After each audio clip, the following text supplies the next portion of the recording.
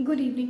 तो इस वीडियो में हम बात करेंगे लेवल्स ऑफ टीचिंग की। टीचिंग एप्टीट्यूड का ये बहुत ही बेसिक टॉपिक होता है and it is very essential and to develop a key understanding in teaching aptitude शुरू से ही।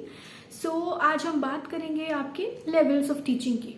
ये आप ध्यान में रखिए कि what is the aim and object of teaching. Teaching का क्या उद्देश्य होता है। टीचिंग एक ऐसा मेथड है जिसमें इंफॉर्मेशन का ट्रांसफ़र होता है and the main M is कि आप नॉलेज का जनरेशन करते हैं एंड नॉलेज प्रोवाइड करते हैं to your students. So this is basically the aim of teaching, that you have understood something, that you have acquired knowledge in a certain sphere, and then you want to transfer it to the next generation or to the different levels of different people, different group of people. So this is basically the basic object of teaching. Now there are different levels of teaching, as we are aware that there are different level of students also. For example, the students of different age group, students of different understanding level. So on the basis of the various understanding level and on the basis of your age group classification, the teaching methods or the levels, the teaching methodology per se has been divided into three categories. One is your memory based teaching, second is your understanding level of teaching, and the third is your reflective level of teaching. Now what happens in memory based teaching?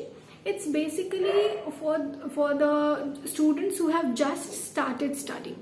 So the main object at that point of time is and the main focus is towards rote learning, okay, because they don't have any development of understanding the cognitive faculties, or for example उनका जो mind होता है वो उतना develop नहीं होता है to understand a lot of things.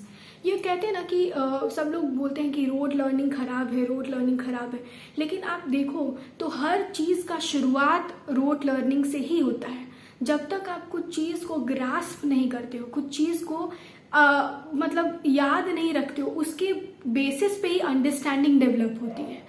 तो अगर हम बोलें नर्सरी के बच्चे को कि नहीं रोड लर्निंग ख़राब होता है, तो उसको तो कभी ABCD आएगा ही नहीं। उसको उस लायक बनाना कि वो अंडरस्टैंडिंग लेवल ऑफ टीचिंग तक पहुँचे, टीचर का एक बहुत ही अथॉरिटेरियन और टीचिंग सेंट्रिक रोल होता है इन मेमोरी बेस्ड टीचिंग। तो मेमोरी बेस्ड एंड दूसरी चीज़, एक और चीज़ है जो कि एग्जाम में आपके for the examination purposes it is important कि who gave the theory of memory based teaching? The person's name is Herbert.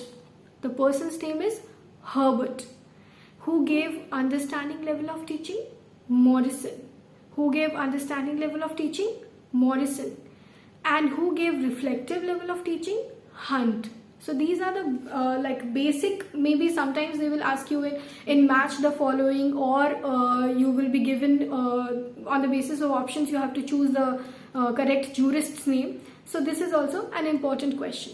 Now memory based teaching में हम लोग कॉन्सेप्ट समझ गए। वहाँ पे बच्चे छोटे होते हैं, उनकी कॉग्निटिव फैकल्टीज डेवलप नहीं होती है, और कॉग्निटिव फैकल्टीज डेवलप नहीं होती है तो क्या होगा, हम अंडरस्टैंडिंग तो डेवलप तब करवाएंगे जब उनको समझ में आने लगी चीज़ें।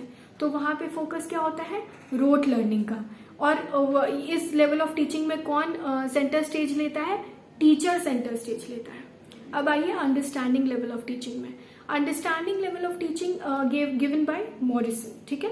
अंडरस्टैंडिंग लेवल ऑफ टीचिंग में एक स्टेज हम ऊपर होते हैं, एक स्टेज ऊपर होते हैं, और फिर we know certain things, certain criterias are already developed, cognitive faculties are there in the mindset. So क्या होता है, टीचर जो होता है वो थोड़ा सा बैक स्टेज ले लेता है and students ask more questions, and based on the teacher student relationship in the classroom, understanding develop करवाई जाती है, कॉग्निटिव फैकल्टीज डेवलप कराई जाती है स्टूडेंट के बीच में। तो main am understanding level of teaching का क्या होता है, नए नए चीज़ों का इंफॉर्मेशन बच्चों को प्रोवाइड करना, और उसके बेसिस पर उनका ओपिनियन जानना, उनसे डेवलप कराना कि मतलब ये बहुत छोटे स्टेज पे होता है, लेकिन अंडरस्टैंडिंग लेवल में थोड़े थोड़े चीज़ों की अंडरस्टैंडिंग डेवलप होने लगती है। ठीक है, तो यहाँ पे मेन फोकस क्या होता है, टीचर और स्टूडेंट दोनों। ठीक है, अब आते हैं हम third level of teaching, that is reflective level of teaching. Reflective level of teaching is given by Hunt. Now what happens, you have already crossed 2 stages. You have done your rote learning things are done. You have developed few understandings of the concept. Now it is more of a stage wherein you are getting equipped with providing knowledge to other generation, other kind of people. सो आपको ऐसा capable बनाना है कि अब आप knowledge generate करें.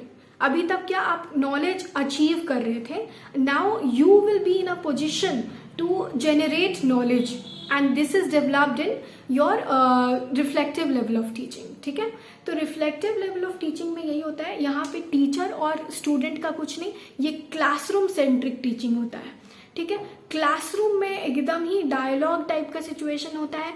Student ask question, student give their opinions and इसके और based on these level of teachings, based on these 3 levels of teaching, we have different evaluation methodologies also. We have different evaluation methodologies also, which we will be discussing in the next segment of lecture.